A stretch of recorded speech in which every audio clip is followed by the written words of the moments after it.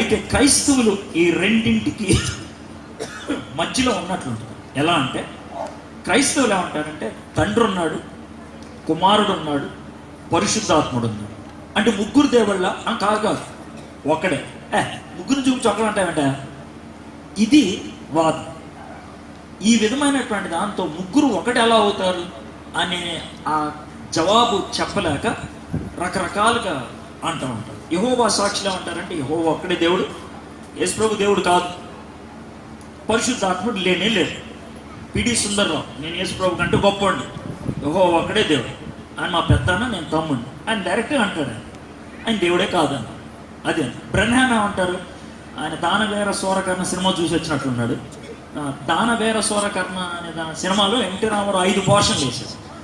అదేవిధంగా యెహోవా దేవుడే యేసయ్య వచ్చాడు, యేసయ్య మళ్ళీ పరిశుద్ధాత్ముడికి వచ్చాడు. అది బ్రహ్మాన్ చెప్పేటువంటి సిద్ధాంతం.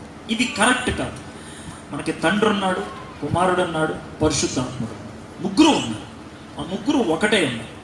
వాడు చేసే క్రిస్మస్ తప్పు, వాడు చెప్పే బాప్తిజమం తప్పు, తండ్రి కుమార పరిశుద్ధాత్మ నామంలో బాప్తిజమం తప్పు, వాడు చెప్పే త్రిత్వము తప్పు.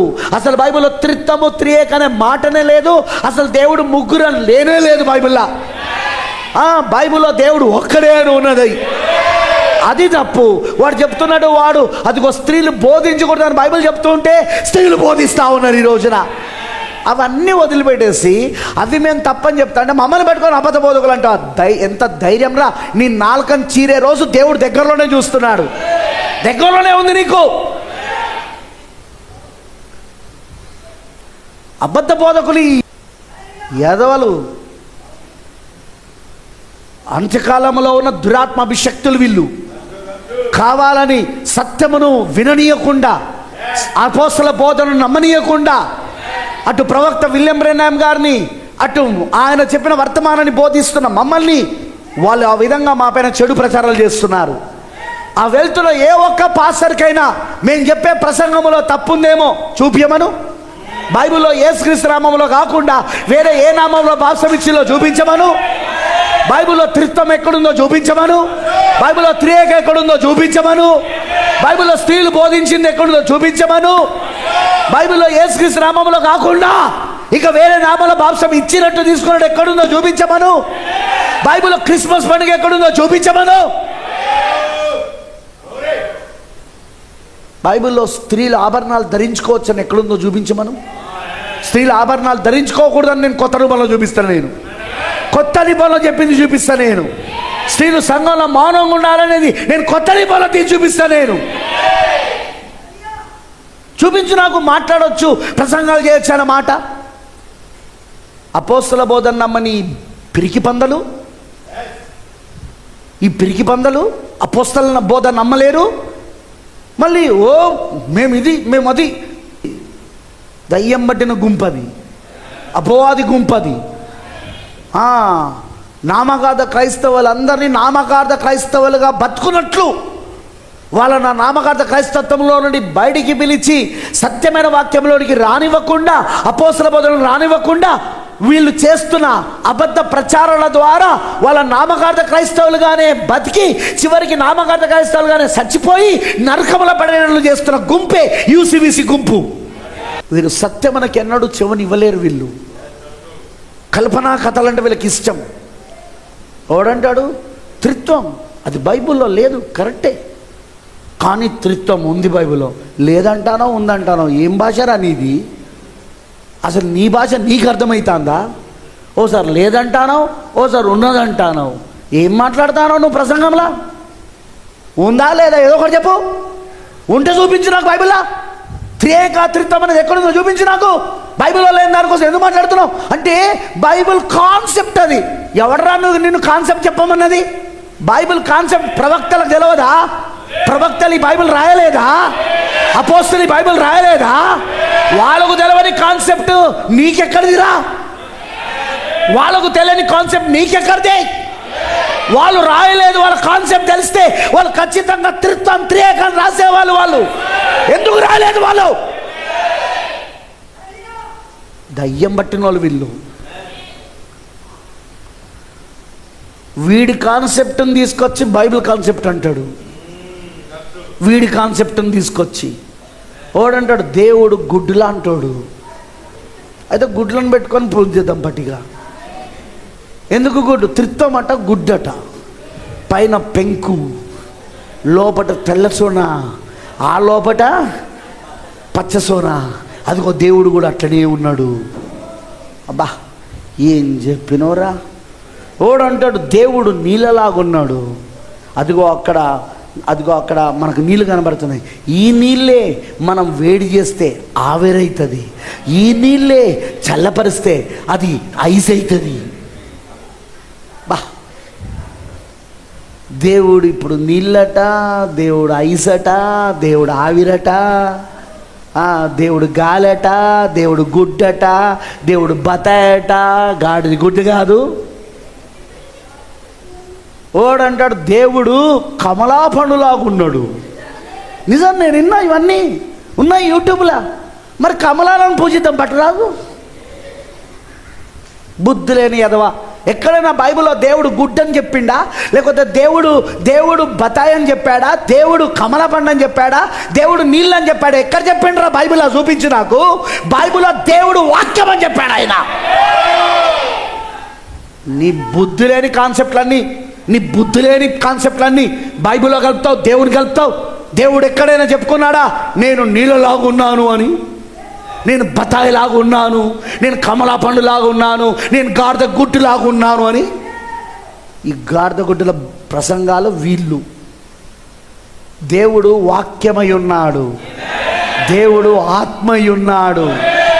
ఆత్మ వాక్యమైన ఆ దేవుడే శరీరధారై వచ్చాడు. అది బైబిల్. నీకు అర్థం కావట్లేదు బ్రదర్ మేము చెప్పేది. బైబిల్లో లేనిది చెప్తానవరా ఎదవా. ఏం అర్థమవుతుంది మాకు? ఇక నువ్వు బైబిల్లో ఉంది చెప్పు. నువ్వు ఈ గాడిద గుడ్డలు ఇవన్నీ చెప్పక నాకు. దేవుడు ఏంటో చెప్పు. నువ్వు ముగ్గురు అంటాను, ఎట్లనో చెప్పు. ఎక్కడుంది బైబిల్లో ముగ్గురు అని? ఒక్కడే నేను చూపిస్తా. ఫస్ట్ ఆజ్ఞ ఏంటి చెప్పు నాకు. 10 ఆజ్ఞల్లో మొదటి ఆజ్ఞ ఏంటి చెప్పు. నేనే దేవుడను, నేను తప్ప వేరొక దేవుడు లేడు. ఆకాశమందు కానీ, భూమి మీద కానీ, భూమి క్రింద కానీ, నీళ్ళలో కానీ ఏ దేవుడు లేడు అన్నాడు ఆయన. మరి ఒకే దేవుడు అన్నప్పుడు నువ్వు ముగ్గురు దేవుళ్ళని ఎట్లా అంటారావు నువ్వు? ఆ ఒక్క దేవుడే శరీరధారై వచ్చాడని బైబిల్ అంటా ఉన్నది. ఆదియందు వాక్యము ఉండెను, వాక్యము దేవుడను, వాక్యమే దేవుడై ఉండెను. ఆ వాక్యమే శరీరధారి అయి కృపా సత్య సంపూర్ణుడిగా మన మధ్య నివసించనుంది బైబిల్. ఆదియందు నా దేవుడు శరీరధారై వస్తే నువ్వు ఆయనను పట్టుకొని రెండో దేవుడు, మూడో దేవుడు. ఏంట్రా నీ కథ? బైబిల్ ఒక దేవుడు అని చెప్తే పాత నిబంధనలో యెహోవాయే, కొత్త నిబంధనలో యేసుక్రీస్తు అని చెప్తే యెహోవా వేరు, యేసుక్రీస్తు వేరు కాదు. యెహోవాయే యేసుక్రీస్తుగా వచ్చాడు, తండ్రియే కుమారుడిగా వచ్చాడు, దేవుడే దేవుని కుమారుడు అవతారంలో వచ్చాడు. నేనును నా తండ్రియు ఏకమై ఉన్నాం. నన్ను చూచిన వాడు నా తండ్రిని చూచినట్టే అని ఆయన అన్నాడు. మీకు మంచిగా అర్థమేంటి చెప్తా. సరే, నన్ను చూసినవాడు మా నాన్నను చూసినట్టేనా?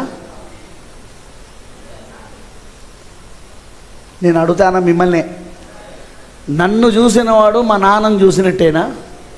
ఎట్లుంటాడు మా నాన్న? అలా చెప్పలేవు నువ్వు. నన్ను చూసినవాడు నా తండ్రిని చూసినట్టే అని నువ్వు అనలేవు. ఎందుకు? ఇక్కడ తండ్రి వేరు, కుమారుడు వేరు కాబట్టి. కానీ అదే యేసుక్రీస్తు విషయానికి వచ్చినప్పుడు తండ్రి ఆయనే కాబట్టి, కుమారుడు ఆయనే కాబట్టి, నన్ను చూసిన వాడు నా తండ్రిని చూచినట్టే. చూస్తారు కాదు, చూడబోతున్నవారు కాదు, చూచినట్టే.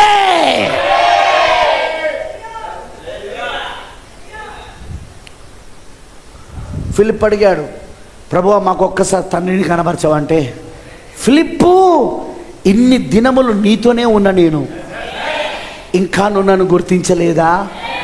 Praise the Lord, hallelujah. Exactly, నన్ను చూసినవాడు నా తండ్రిని చూసినట్టే. నేనును నా తండ్రి ఏకమై ఉన్నాము. ఆమేన్, హల్లెలూయా. అదే మన రిలేషన్కి వచ్చినప్పుడు తండ్రి కుమారుడు ఏకం కాదు. మన రిలేషన్కి వచ్చినప్పుడు తండ్రి వేరు, కుమారుడు వేరు.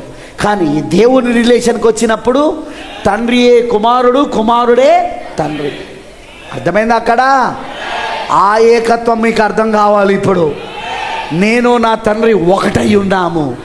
నన్ను చూసిన వాడు నా తండ్రిని చూసినట్టే. ఇది ఈ క్రియలు చేస్తున్నది నేను కాదు, నా యందున్న తండ్రి క్రియలు చేస్తున్నాడు. ఎందుకు? శరీరమో కుమారుడు, లోపట ఆత్మనో తండ్రి. ఆత్మ తండ్రి, పైన శరీరమో కుమారుడు. తండ్రి ఏమయ్యాడంటే కుమారుని అవతారంలో వచ్చాడు. తండ్రి ఆత్మ ఏమయ్యాడంటే శరీరం దాల్చుకొని వచ్చాడు. శరీరమే కుమారుడై ఉన్నాడు, లోపల ఆత్మ తండ్రియే, లోపల ఆత్మ తండ్రి అయి ఉన్నాడు. అక్కడ ఈ చిన్న కాన్సెప్ట్ అర్థం కావట్లేదు నేటి కాల క్రైస్తవులకు. దీన్ని ఖచ్చితంగా బోధిస్తూ ఉంటే మేము అబద్ధ బోధకులమాట. గుర్తుపెట్టుకో, బైబిల్లో బహుదేవత ఆరాధన, 3 దేవుళ్ళు, 4 దేవుళ్ళు, 2 దేవుళ్ళు, ఇవన్నీ బహుదేవత ఆరాధన. ఇవన్నీ కూడా నరకానికి తీసుకెళ్ళేవి. దేవుడు ఒక్కడేని నమ్మేవాడే పరలోకం పోతాడు. అది కూడా యేసుక్రీస్తుని నమ్మేవాడు. ఆ ఒక్క దేవుడే యేసుక్రీస్తు. ఆయనే తండ్రి, ఆయనే కుమారుడు, ఆయనే పరిశుద్ధాత్మ, ఆయనే సృష్టికర్త, ఆయనే రక్షకుడు, ఆయనే విమోచకుడు, ఆయనే గ్రహింపు చేయవాడు, పరిశుద్ధాత్మగా గ్రహింపునిచ్చేవాడు. ఆయనే మనపై ఉన్నవాడు, మనతో ఉన్నవాడు, మనలో ఉన్నవాడు. అగ్ని స్తంభముగా మనపై ఉన్నాడు, మనతోగా ఇమ్మానుయేలుగా మనతో ఉన్నాడు. ఇప్పుడు పరిశుద్ధాత్మగా మనలో ఉన్నాడు. మనపై ఉన్న దేవుడు, మనతో ఉన్న దేవుడు, మనలో ఉన్న దేవుడు ఆయన.